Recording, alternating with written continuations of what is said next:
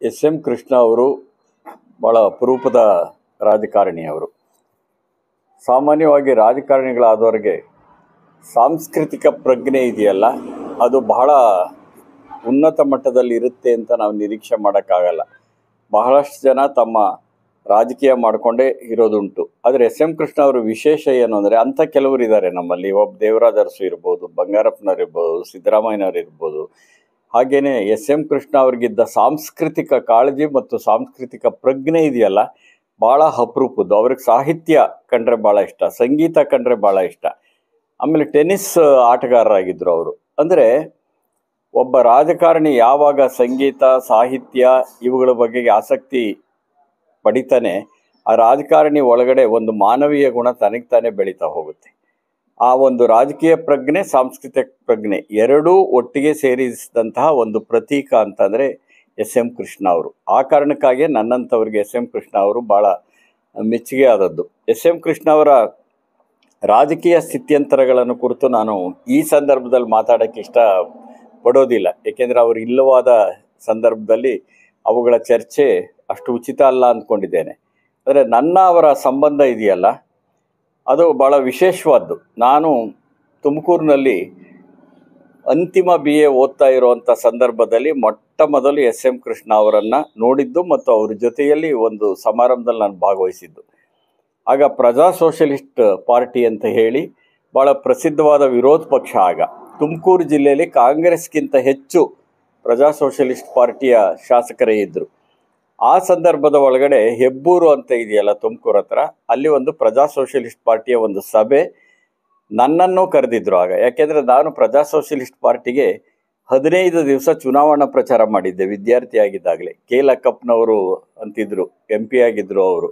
So ಅವರು ನನ್ನನ್ನು ಕರ್ಕೊಂಡೋಗಿದ್ದರು.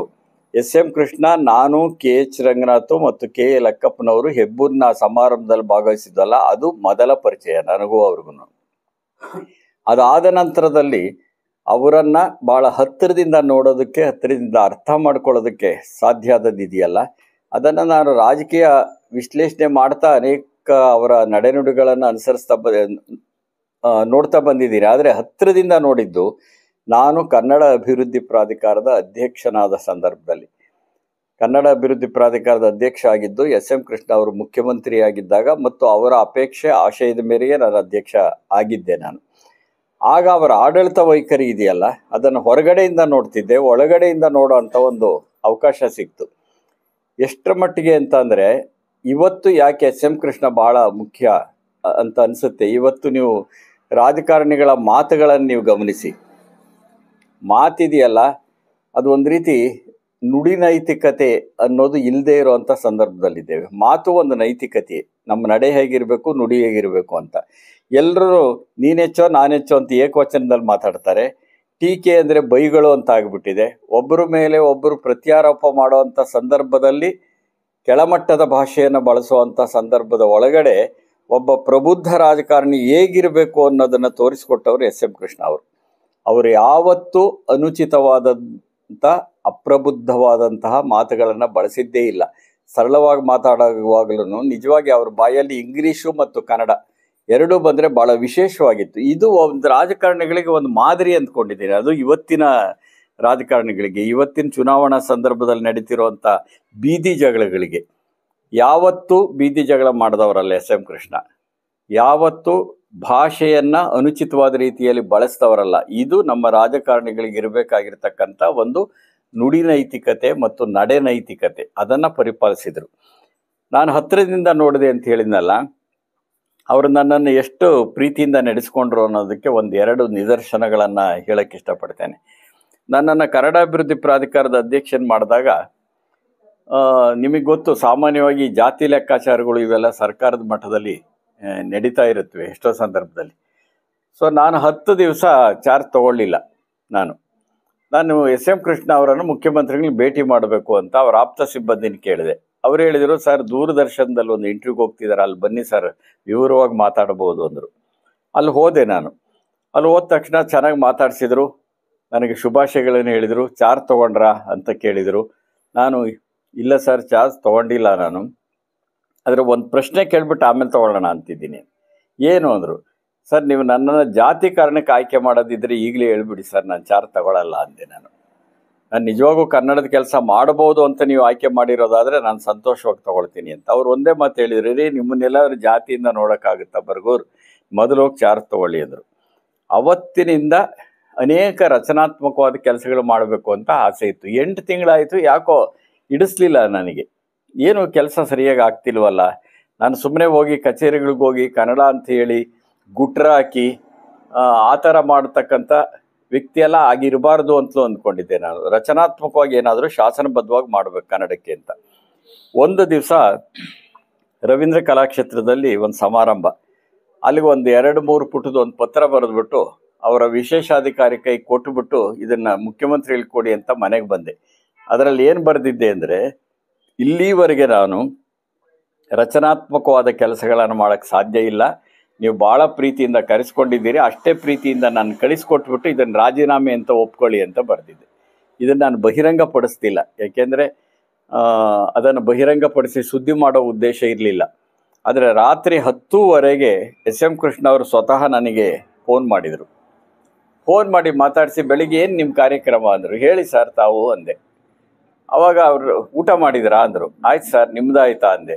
ಅವ್ರು ಎಷ್ಟು ಇದಾಗಿ ಹೇಳಿದ್ರು, ಅಯ್ಯೋ ನಮ್ಮದೆಲ್ಲ ರಾಜಕಾರಣಿಗಳದ್ದು ಇಷ್ಟು ಬೇಗ ಎಲ್ಲಾಗುತ್ತೆ ಬರ್ಗೂರು ಊಟ, ಬೆಳಿಗ್ಗೆ ಏನು ಕಾರ್ಯಕ್ರಮ ಹೇಳಿ ಅಂದರು. ಸರ್ ನೀವು ಹೇಳಿ ಅಂದೆ. ಅವ್ರು ಬೆಳಿಗ್ಗೆ why can't you join for breakfast tomorrow ಅಂದರು, ಇಂಗ್ಲೀಷಲ್ಲೇ ಹೀಗಂದರು. ಸರ್ ಬರ್ತೀನಿ, ಎಷ್ಟು ಗಂಟೆಗೆ? 8:00 ಬನ್ನಿ ಅಂದರು. 8:15ರಿಂದ ರೆಡಿಯಾಗಿ ಕೂತು ಕಾಯ್ತಾ ಇದ್ರು ನನ್ನನ್ನು. ಇದು ಒಬ್ಬ ಮುಖ್ಯಮಂತ್ರಿ ನಡ್ಕೊಂಡ ರೀತಿ, ಇದನ್ನು ಗಮನಿಸಿ ನೀವು. ಕಾಯ್ತಾಯಿದ್ರು. ಹೋದಾಗ ಅವ್ರು ಹೇಳಿದರು, ತಿಂಡಿ ಬನ್ನಿ, ತಿಂಡಿ ತಿನ್ನಿ ಅಂತ ಕೂಡಿಸಿ, ನಿಮ್ಮ ಪತ್ರ ಎಲ್ಲ ಓದಿದೆ ಅಂತ ಹೇಳಿ ಒಂದು ಮಾತು ಹೇಳಿದರು. ನೋಡಿ, ಸರ್ಕಾರಗಳಲ್ಲಿ ಕೆಲಸ ಮಾಡಿಸೋದು ಅಷ್ಟು ಸುಲಭ ಅಲ್ಲ. ನಾನು ಸಮಾಜವಾದವನ್ನು ಹೇಳ್ತಾ ಬಂದಂಥವ್ನು, ನಿಮಗೂ ಗೊತ್ತು. ಆದರೆ ಇವತ್ತು ಸಮಾಜವಾದದ ಬಗ್ಗೆ ಆಸಕ್ತಿನೇ ಇಲ್ಲದೆ ಇರೋ ಸಂದರ್ಭದಲ್ಲಿ, ಸಮಾಜವಾದ ಪ್ರಸ್ತುತ ಅಲ್ಲ ಅಂತ ಅನೇಕರು ವಾದ ಮಾಡ್ತಿರೋ ಅಂಥ ಒಂದು ಕೆಟ್ಟ ಸಂದರ್ಭದಲ್ಲಿ ನಾನು ಮುಖ್ಯಮಂತ್ರಿ ಆಗಿದ್ದೇನೆ. ಏನು ಮಾಡೋದು, ರಾಜಕಾರಣಿ ಮುಖ್ಯಮಂತ್ರಿ ಆಗಬೇಕು ಅಂತ ಆಸೆ ಇರುತ್ತೆ, ಆಗಿದ್ದೇನೆ. ಆದರೆ ನಾನು ಸುಖದಿಂದ ಆಡಳಿತ ನಡೆಸ್ತಿಲ್ಲ, ದುಃಖದಿಂದ ನಡೆಸ್ತಿದ್ದೀನಿ ಅಂದರು. ಈ ಮಾತನ್ನು ಅಧಿಕಾರದಲ್ಲಿರೋರು ಯಾರಾದರೂ ಹೇಳ್ತಾರೆ ಹೇಳಿ? ನಾನು ಸುಖದಿಂದ ನಡೆಸ್ತಿಲ್ಲ ಆಡಳಿತ, ದುಃಖದಿಂದ ನಡೆಸ್ತಿದ್ದೀನಿ. ನಾನೇನೇನು ತತ್ವ ಹೇಳ್ತಿದ್ದೆ ಅದಕ್ಕೆ ವಿರುದ್ಧವಾದ ಸಂದರ್ಭ ಇದೆ. ಹಾಗಾಗಿ ನಿಮ್ಗೆ ಹೇಳ್ತಿದ್ದೀನಿ, ನಿಮ್ಮ ಸ್ಥಾನಕ್ಕೆ ಎಷ್ಟು ಜನ ಪ್ರಯತ್ನ ಮಾಡಿರು ಅಂತ ಒಂದು ಪಟ್ಟಿ ಕೊಟ್ಟುಬಿಟ್ರು ನನಗೆ. ಇಂತಿಂಥವರೆಲ್ಲ ಪ್ರಯತ್ನ ಮಾಡಿದರು. ಆದರೆ ನಿಮ್ಮ ಹೆಸರನ್ನು ಡಾಕ್ಟರ್ H. ನರಸಿಂಹಯ್ಯನವರು ಹೇಳಿದರು ನನಗೆ. ನಿಮ್ಮನ್ನು ಕರ್ಕೊಂಬಂದು ಕೂಡಿಸಿದರೆ ಎಲ್ಲರನ್ನು ಬಿಟ್ಟು ನೀವು ಹೋಗ್ತೀನಿ ಅಂತಿದ್ದೀರಲ್ಲ, ನೀವು ಇಲ್ಲೇ ಉಳ್ಕೋಬೇಕು, ನೀವೇನೇನು ಮಾಡಬೇಕು ಅಂತ ಹೇಳಿ ಮಾಡೋಣ, ನಿಧಾನವಾಗಿ ಎಲ್ಲ ಕೆಲಸ ಮಾಡೋಣ ಅಂತ ಹೀಗೆ ಕರೆಸ್ಕೊಂಡು ನನ್ನನ್ನು ಮಾತಾಡಿದವರು. ಹೀಗೆ ಕರೆಸ್ಕೊಂಡು ನಾನು ಮಾತಾಡಿದ ಇನ್ನೊಬ್ಬ ಮುಖ್ಯಮಂತ್ರಿ ಅಂದರೆ ಬಂಗಾರಪ್ಪನವರು. ಬಂಗಾರಪ್ಪನವರು ಮುಖ್ಯಮಂತ್ರಿ ಆಗಿದ್ದಾಗ ನಾನು ಸಾಹಿತ್ಯ ಅಕಾಡೆಮಿ ಅಧ್ಯಕ್ಷ. ಅವ್ರದ್ದು ಯಾವುದೋ ಒಂದು ನಿಲುವನ್ನು ನಾನು ಟೀಕೆ ಮಾಡಿ ಬರೆದಿದ್ದೆ ಪತ್ರಿಕೆಯಲ್ಲಿ. ಆಗ ನಾನು ಕರೆಸ್ಕೊಂಡು ಮಾತಾಡಿದರು. ಅದ ನಂತರದಲ್ಲಿ ನಿಜವಾಗಿ ಕರೆಸ್ಕೊಂಡು 1 ಗಂಟೆ ನನ್ನ ಜೊತೆ ಮಾತಾಡಿ SM ಕೃಷ್ಣ ಅಂತಃಕರಣದಿಂದ ಮಾತಾಡಿದರು. ಇದನ್ನು ಯಾವ ಮುಖ್ಯಮಂತ್ರಿಗಳು ಆಗ ಮಾಡ್ತಾರೆ ಅಂತ ಅನಿಸೋದಿಲ್ಲ ಇತ್ತೀಚಿನ ದಿನಗಳಲ್ಲಿ. ಇದು SM ಕೃಷ್ಣ ಅಂತ ಅಂದರೆ. ಸೊ ಹೀಗೆ SM ಕೃಷ್ಣ ಆನಂತರ ದಿನ ನೋಡಿ, ಅನೇಕ ಕಾರ್ಯಕ್ರಮ ಮಾಡಿದ್ವಿ, ಅನೇಕ ಯೋಜನೆಗಳು ಹಾಕಿದ್ವಿ. 2 ಮುಖ್ಯವಾದ ಹೇಳ್ತೀನಿ. SM ಕೃಷ್ಣ ಅಂದರೆ ಇಂಗ್ಲೀಷ್ ಅಂತ ಭಾವನೆ ಇದೆ ಅನೇಕರಿಗೆ, ಯಾಕೆಂದರೆ ವಿದೇಶದಲ್ಲಿದ್ದರು ಅವರು. ಭಾಳ ಚೆನ್ನಾಗಿ ಇಂಗ್ಲೀಷ್ ಮಾತಾಡ್ತಾರೆ, ನೋಡಿದರೂ ಹಾಗೆ ಕಾಣಿಸ್ತಾರೆ. ಆದರೆ ಕನ್ನಡ ಪರವಾದಂಥ ಹೆಚ್ಚು ಕೆಲಸ ಅಂತಿದ್ದೀನಿ. ಯಾರ ಕಾಲದಲ್ಲೂ ಆಗಿಲ್ಲ ಅಂತ ಹೇಳಲ್ಲ ನಾನು. ಇವ್ರ ಕಾಲದಲ್ಲಿ ಆದದ್ದಿದೆಯಲ್ಲ, ಶಾಸನಾತ್ಮಕವಾದ ರಚನಾತ್ಮಕವಾದ ಕೆಲಸ ಆಗಿದ್ದು SM ಕೃಷ್ಣ ಅವ್ರ ಕಾಲದಲ್ಲಿ ಅಂತ ಹೇಳಕ್ಕೆ ನನಗೆ ಹಿಂಜರಿಕೆ ಇಲ್ಲ. ನಾನು ಕನ್ನಡ ಅಭಿವೃದ್ಧಿ ಪ್ರಾಧಿಕಾರದ ಅಧ್ಯಕ್ಷನಾಗಿದ್ದಾಗ ನಾನು ಕೊಟ್ಟ ಸಲಹೆ ಮೇರೆಗೆ ಕನ್ನಡ ಮಾಧ್ಯಮದಲ್ಲಿ ಓದ್ದವರಿಗೆ ಉದ್ಯೋಗದಲ್ಲಿ ಮತ್ತು ವೃತ್ತಿ ಶಿಕ್ಷಣದಲ್ಲಿ 5% ಒಳ ಮೀಸಲಾತಿಯನ್ನು ಕೊಟ್ಟರು. ಅದಕ್ಕೆ ಬೇಕಾದಂಥ ಎಲ್ಲ ದಾಖಲೆಗಳನ್ನು ಸಿದ್ಧ ಮಾಡಿದ್ದು ನಾನು ಮತ್ತು ಡಾಕ್ಟರ್ G. ಪರಮೇಶ್ವರ್ ಅವರು ಹೋಗಿ ಮಂತ್ರಿಮಂಡಲದಲ್ಲಿ ಅದನ್ನು ಮಂಡಿಸಿದರು. ನಾನು 5% ಅದು ಕೇಳಿರಲಿಲ್ಲ. ಕನ್ನಡ ಮಾಧ್ಯಮದವ್ರಲ್ಲಿ ಓದ್ದವ್ರಿಗೆ ಮೊದಲು ಕೊಡಿ ಕೆಲಸನ, ಅವಾಗ ಎಲ್ಲರೂ ಓದ್ತಾರೆ ಕನ್ನಡ ಮಾಧ್ಯಮದಲ್ಲಿ. ನಾವು ಸುಮ್ಮನೆ ಮಾಧ್ಯಮದಲ್ಲಿ ಓದು ಅಂತಿದ್ರೆ ಇವತ್ತು ಕಾಲ ಬದಲಾಗಿಬಿಟ್ಟಿದೆ. ಈಗ ಬದಲಾದ ಕಾಲದಲ್ಲಿ ಅನೇಕ ರೀತಿಯ ಭಾವನೆಗಳು, ಭ್ರಮೆಗಳು ಜನರಲ್ಲಿವೆ ಸರ್ ಅಂತ ಒತ್ತಾಯ ಮಾಡ್ತಾ ಇದೆ. ಕಡೆಗೆ ಅವರು ಒಳ ಮೀಸಲಾತಿ ಅಂತ 5% ಕೊಟ್ಟರು. ಅದು ಒಟ್ಟಾರೆ ಒಳ ಮೀಸಲಾತಿ ಅಲ್ಲ, ಪ್ರತಿ ವಿಭಾಗದಲ್ಲಿ SC ಕ್ಯಾಟಗರಿಲಿ 5, STನಲ್ಲಿ 5, OBCನಲ್ಲಿ ಜನರಲ್ ಮೆರಿಟ್ ಅಲ್ಲಿಗೆ ಎಷ್ಟು % ಆಯಿತು ಲೆಕ್ಕ ಹಾಕಿ. ಹೀಗೆ ಕನ್ನಡ ಮಾಧ್ಯಮ ಓದ್ದವ್ರಿಗೂ ನೀವೇನೋ ಬದುಕೋಕೆ ಸಾಧ್ಯ ಅನ್ನೋ ಥರದ್ದು ಒಂದನ್ನು ಮೀಸಲಾತಿಯನ್ನು ಕೊಟ್ಟಿದ್ದು ಎಸ್.ಎಂ. ಕೃಷ್ಣ ಅವ್ರ ಕಾಲದಲ್ಲಿ. ನನ್ನ ಸಲಹೆಯನ್ನು ಅಷ್ಟು ಚೆನ್ನಾಗಿ ಒಪ್ಕೊಂಡ್ರು. ಅದೊಂದು ಕಾನೂನು ಆಯಿತು, ಎಲ್ಲ ಆಯಿತು. ಯಾರೋ ಕೋರ್ಟ್ಗೆ ಹೋಗ್ತಾರೆ ಅಂದ್ಕೊಂಡಿದ್ರು, ಯಾರೂ ಕೋರ್ಟ್ಗೆ ಹೋಗಲಿಲ್ಲ ಕರ್ನಾಟಕದಲ್ಲಿ. ಈಗಲೂ ಇಡೀ ಭಾರತದಲ್ಲಿ ಭಾಷೆಯ ಆಧಾರದ ಮೇಲೆ ಮೀಸಲಾತಿ ಕೊಟ್ಟಿರುವಂಥ ಏಕೈಕ ರಾಜ್ಯ ಅಂದರೆ ಕರ್ನಾಟಕ. ಅದಾದದ್ದು ಎಸ್.ಎಂ. ಕೃಷ್ಣ ಅವ್ರ ಕಾಲದಲ್ಲಿ. ಇನ್ನೊಂದು, ಕನ್ನಡ ಬಳಸದೇ ಇರೋರಿಗೆ ಏನು ಶಿಕ್ಷೆ ಕೊಡಬೇಕು ಅನ್ನೋದೇ ಇರಲಿಲ್ಲ.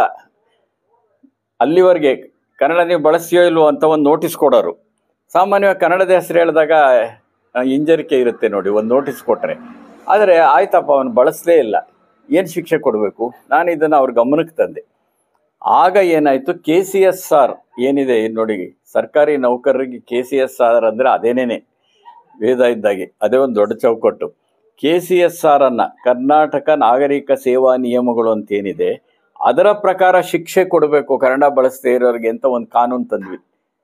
ನನ್ನ ಜೊತೆಗೆ ಒಬ್ಬ ಜಾಯಿಂಟ್ ಸೆಕ್ರೆಟರಿನ ಕೊಟ್ಟರು, ಎಲ್ಲ ಫ್ರೇಮ್ ಮಾಡಿ ನೀವು ಅದರ ನಿಯಮಾವಳಿಗಳನ್ನೆಲ್ಲ ರೂಪಿಸಿ ಅಂತ. ಅದನ್ನು ಕ್ಯಾಬಿನೆಟ್ಗಿಟ್ಟು ಅದನ್ನು ಒಪ್ಪಿಗೆ ತಗೊಂಡು ಗೆಜೆಟ್ಗೆ ಹಾಕಿಸ್ಬಿಟ್ಟು, ಇವತ್ತು ಯಾರಾದರೂ ಒಬ್ಬರು ಕನ್ನಡವನ್ನು ಬಳಸದೇ ಇದ್ದರೆ ಅವ್ರಿಗೆ 4 ರೀತಿಯ ಶಿಕ್ಷೆ ಕೊಡೋದಕ್ಕೆ ಅವಕಾಶ ಇದೆ ಇವತ್ತು. ಅಂದರೆ ದಾಖಲೆ ಕೊಡಬೇಕು. ನಾನು 18 ಜನ IAS ಆಫೀಸರ್ಗಳಿಗೆ ನೋಟಿಸ್ ಕೊಟ್ಟಿದ್ದೀನಿ, ಅವರು ವಿಷಾದ ವ್ಯಕ್ತಪಡಿಸಿದ್ದಾರೆ. 54 ಜನ ಉನ್ನತ ಅಧಿಕಾರಿಗಳಿಗೆ ಆ ಕಾಲದಲ್ಲಿ ಆ ಕಾನೂನಿನ ಪ್ರಕಾರ ನೋಟಿಸ್ ಕೊಟ್ಟರೆ ಎಲ್ಲರೂ ಕ್ಷಮೆ ಕೇಳಿದ್ದಾರೆ, ಇಲ್ಲ ನಾವು ಬಳಸ್ತೀವಿ ಅಂತ ಹೇಳಿ. ಅಂದರೆ ಆ ಕಾನೂನಿನ ದಂಡ ಕೊಟ್ಟಿದ್ದಿದೆಯಲ್ಲ ಒಂದು ಕೈಗೆ, ಅದು ಎಸ್.ಎಂ. ಕೃಷ್ಣ ಅವ್ರ ಕಾಲದಲ್ಲಿ ಆಗಿದ್ದು. ಅಲ್ಲಿಂದ ಹಿಂದೆ ಆಗಿರಲಿಲ್ಲ. ಇಂಥ ಅನೇಕ ಘಟನೆಗಳನ್ನು ಹೇಳ್ತಾ ಹೋಗ್ಬೋದು. ಈಗ ಪರಭಾಷಿಕರು ಬಂದಿದ್ದಾರೆ, ಕನ್ನಡ ಕಲ್ತಿಲ್ಲ, ಅದು ಇದು ಅಂತಾರೆ. ನಾನು ಹೇಳಿದೆ, ಕನ್ನಡ ಕಲಿಕಾ ಕೇಂದ್ರಗಳನ್ನು ಶುರು ಮಾಡ್ತೀನಿ ಸರ್, ಅದಕ್ಕೆ ಅನುದಾನ ಕೊಡಿ ಅಂದೆ. ಇವತ್ತು ಕನ್ನಡ ಅಭಿವೃದ್ಧಿ ಪ್ರಾಧಿಕಾರಕ್ಕೆ ಕೋಟಿಗಟ್ಟಲೆ ಅನುದಾನ ಇದೆ. ಯಡಿಯೂರಪ್ಪನವರು 5 ಕೋಟಿ ಅನುದಾನ ಕೊಟ್ಟರು. ಫಸ್ಟ್ ಟೈಮ್ ಹೆಚ್ಚು ಅನುದಾನ ಕೊಟ್ಟಿದ್ದವರೇ ಕನ್ನಡ ಅಭಿವೃದ್ಧಿ ಪ್ರಾಧಿಕಾರಕ್ಕೆ. ನಾನಿದ್ದಾಗ ಇದ್ದ ಅನುದಾನ ಎಷ್ಟು ಗೊತ್ತಾ? 5 ಲಕ್ಷ ರೂಪಾಯಿ. ಈಗ 2 ಕೋಟಿ 3 ಕೋಟಿ ಹಿಂಗೆಲ್ಲ ಕೊಡ್ತಿದ್ದಾರೆ. ನಾವು ಪ್ರತಿ ಸರಿ ನಾನು ತೊಗೊಂಡೋಗೋದು ಇಂಥ ಕಾರ್ಯಕ್ರಮ ಯೋಜನೆ ಅನ್ನೋದು ಒಂದು ಪತ್ರ ಕೊಡೋದು, ಅದ್ರ ಮೇಲೆ ಬರೆದು ಬಿಡೋರು ಎಸ್.ಎಂ. ಕೃಷ್ಣ ಅವರು. 100 ಕನ್ನಡ ಕಲಿಕಾ ಕೇಂದ್ರ ಶುರು ಮಾಡಿದ್ವಿ. 100 ಕನ್ನಡ ಕಲಿಕಾ ಕೇಂದ್ರ. ನನ್ನ ಅವಧಿನಲ್ಲಿ 3 ವರ್ಷ ಇದ್ನಲ್ಲ, ಒಂದು 50 ಲಕ್ಷ ರೂಪಾಯಿ ತೊಗೊಂಡಿರ್ಬೋದು ಅಷ್ಟೇ ಕಾರ್ಯಕ್ರಮಗಳಿಗೆ. ನನಗಲ್ಲ, ನಾನು ವಾಹನ ವೆಚ್ಚ ಬಿಟ್ಟು ಒಂದು ಪೈಸೆನೂ ತೊಗೊಂಡಿಲ್ಲ ಅದರಲ್ಲಿ. ಆದರೆ ಯಾವ ಕಾರ್ಯಕ್ರಮ ಯಾವ ಯೋಜನೆ ಮಾಡಿದರೂ ಹಣನ ಕೊಡೋರು ಅವರು. ಸೊ ಹಾಗಾಗಿ ಅನ್ಯ ಭಾಷಿಕರಿಗೆ 100 ಕನ್ನಡ ಕಲಿಕಾ ಕೇಂದ್ರಗಳನ್ನು ರಾಜ್ಯದಲ್ಲಿ ಮಾಡಿದ್ವಿ. ಅವರೇ ಬಂದು ಉದ್ಘಾಟನೆ ಮಾಡಿದರು ಅದನ್ನು. ನುಡಿ ಅನ್ನೋಂಥ ತಂತ್ರಾಂಶ ಇವತ್ತು ಬಳಸ್ತಾ ಇದ್ದಾರೆ. ನುಡಿ ಅಂತ ಹೇಳಿ ಎಲ್ಲರೂ ಬಳಸ್ತಾರಲ್ಲ. ನಾನು ಕನ್ನಡ ಅಭಿವೃದ್ಧಿ ಪ್ರಾಧಿಕಾರದ ಅಧ್ಯಕ್ಷ ಆಗಿದ್ದಾಗಲೇ ಆಗಿದ್ದು. ಅದಕ್ಕೆ ಬೇಕಾದ ಧನ ಸಹಾಯ ಕೊಟ್ಟರು. ಇವನು ಯಾಕೆ ಹೇಳ್ತಿದ್ದೀನಿ ಅಂದರೆ, ಒಬ್ಬ ಆಡಳಿತಗಾರನಾಗಿಯೂ ಸಹ ಕನ್ನಡವನ್ನು ಹೇಗೆ ಅನುಷ್ಠಾನ ಮಾಡಬೇಕು ಅಂತ ನಾವು ಸಲಹೆ ಕೊಟ್ಟಾಗ ಅಷ್ಟೇ ಪ್ರೀತಿಯಿಂದ ಸ್ವೀಕರಿಸಿದರು. ನಾನು ಏನೇ ಹೇಳಿದಾಗಲೂ ಸ್ವೀಕರಿಸ್ತಾ ಇದ್ರು. ಆಮೇಲೆ ಎಷ್ಟೋ ಸಾರಿ ನಾನು ಅವರ ವಿಚಾರಕ್ಕೆ ವಿರುದ್ಧವಾಗಿ ನಾನು ಹೇಳಿರೋದು ಉಂಟು ಅವರಿಗೆ. ಆಗ ಸಹ ಅವರ ಹತ್ರ ಇದ್ದ ಕಾರ್ಯದರ್ಶಿಗಳಿಗೆ ಹೇಳೋರು, ಆ ಬರಗೂರಿಗೆ ಏನೋ ಸ್ವಲ್ಪ ಬೇಜಾರಾಗಿದೆಯಪ್ಪ, ಹೋಗಿ ಮಾತಾಡಿಸ್ಕೊಂಬನ್ನಿ ಅನ್ನೋರು ಅವರು.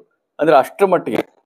ಆಮೇಲೆ ಬೇರೆ ಅಕಾಡೆಮಿಗಳಿಗೆ ರಚನೆ ಮಾಡೋ ಸಂದರ್ಭದಲ್ಲಿ, ರಾಜ್ಯೋತ್ಸವ ಪ್ರಶಸ್ತಿ ಸಂದರ್ಭದಲ್ಲಿ ಬರಗೂರು ಅವ್ರನ್ನ ಇನ್ವಾಲ್ವ್ ಮಾಡಬೇಕು ನೀವು ಅಂತ ಹೇಳೋರು. ನಾನು ಕರೆದು ನೋಡಿ, ನೀವು ನನ್ನ ಪ್ರತಿನಿಧಿಯಾಗ ಕಮಿಟಿಲಿರಿ ಅಂತ ಹೇಳ್ತಾ ಇದ್ರು. ಇಷ್ಟರ ಮಟ್ಟಿಗೆ ನನ್ನ ಮತ್ತು ಅವರ ನಿಕಟವಾದಂಥ ಸಂಬಂಧ ಇತ್ತು. ಆ ನಿಕಟವಾದ ಸಂಬಂಧನ ಹಾಗೆ ಉಳಿಸ್ಕೊಂಡ್ರು. ನಾನು ಅಖಿಲ ಭಾರತ ಕನ್ನಡ ಸಾಹಿತ್ಯ ಸಮ್ಮೇಳನದ ಅಧ್ಯಕ್ಷ ಆದ ಸಂದರ್ಭದಲ್ಲಿ ಅವ್ರನ್ನ ಭೇಟಿ ಮಾಡಬೇಕು ಅಂತೇಳಿ ಒಂದು ಸರಿ ಫೋನ್ ಮಾಡಿದೆ. ಯಾಕೆಂದರೆ ಇದೆಲ್ಲ ಹಿನ್ನೆಲೆ ಇತ್ತು ನನಗೆ.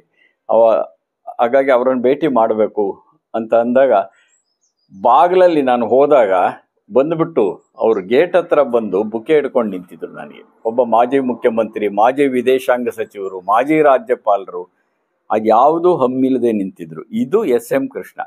ಈ ಕಾರಣಕ್ಕೇನೆ ಕೆಲವು ಸಾರಿ ಅವರ ಕೆಲವು ರಾಜಕೀಯ ನಿಲುವುಗಳು ನನಗಿಷ್ಟ ಆಗದೇ ಇದ್ದ ಸಂದರ್ಭದಲ್ಲಿಯೂ ಸಹ ಅವರು ಭಾಳ ಒಬ್ಬ ವ್ಯಕ್ತಿಯಾಗಿ, ಪ್ರಬುದ್ಧ ರಾಜಕಾರಣಿಯಾಗಿ, ಸಾಹಿತ್ಯ, ಸಂಸ್ಕೃತಿ, ಸಂಗೀತಗಳ ಬಗ್ಗೆ ಆಸಕ್ತಿ ಇರುವಂಥರಾಗಿ ಒಂದು ಮಾದರಿ ರಾಜಕಾರಣಿಯಾಗಿದ್ದಾರೆ ನಮ್ಮ ರಾಜ್ಯದಲ್ಲಿ ಅಂತ ಹೇಳಕ್ಕೆ ಇಷ್ಟಪಡ್ತೇನೆ. ಅವರು ಅಗಲಿಕೆ ಇದೆಯಲ್ಲ, ನಿಕಟವಾಗಿ ಬಲ್ಲ ಎಲ್ರಿಗೂ ಅದು ದುಃಖ ನೋವು ತರಿಸುತ್ತೆ. ಆದರೆ ನಿಕಟವಾಗಿ ಬಲ್ಲಂಥ ನನ್ನಂಥವ್ರಿಗೆ ಅದೆಲ್ಲೋ ಒಂದು ಕಡೆ ಒಬ್ಬ ಪ್ರಬುದ್ಧ ರಾಜಕಾರಣಿಯ ಸಂಬಂಧ ಕಡಿದೋಯ್ತು ಅಂತ ಅನ್ನಿಸ್ತಿದೆ. ಅವರಿಗೆ ಶ್ರದ್ಧಾಂಜಲಿಯನ್ನು ಅರ್ಪಿಸೋಕ್ಕೆ ಇಷ್ಟಪಡ್ತೀನಿ.